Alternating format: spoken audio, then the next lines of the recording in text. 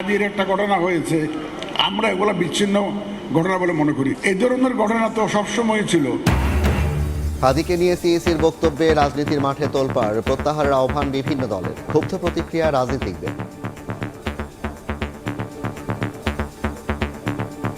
হামলা কোনো বিচ্ছিন্ন ঘটনা নয়। যে ইলেকশন কমিশন এই কথা বলে, সেই ইলেকশন কমিশনার দায়িত্বে থাকার কোনো নৈতিক অধিকার থাকে না। প্রধান নির্বাচন কমিশনারকে বলতে চাই, ওই চেয়ারে থেকে এরকম দায়িত্বহীন কথা বলা যায় না। আপনার এই বক্তব্যের ব্যাখ্যা আপনাকে দিতে হবে। নির্বাচন বানচালের জন্যই গুলি করা হয়েছে হাদিকে, বললেন তারেক রহমান। একটি গোষ্ঠীর বিরুদ্ধে বিএনপি নিয়ে চক্রান্তের অভিযোগ মির্জা ফখরুলের। ষড়যন্ত্র কিন্তু এখনো থেমে নেই। ওসমান হাদিকে গুলি করার যে ঘটনাটি, এটা কিন্তু সেই ষড়যন্ত্রের অংশ।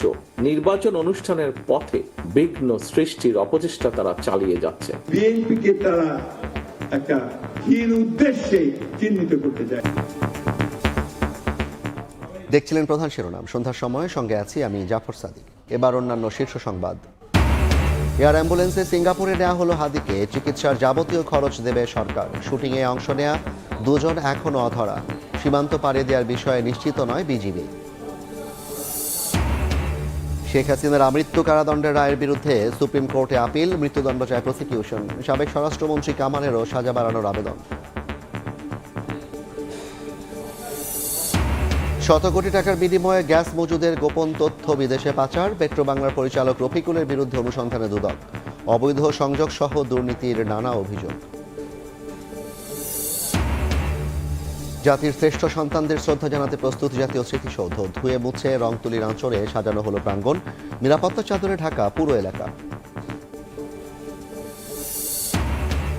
এবং শেরপুরে লোকালয়ে বন্য হাতি, মোবাইলে ভিডিও করার সময় পিষ্ট হয়ে একজনের মৃত্যু। চলাচলে সাবধানতা অবলম্বনের পরামর্শ।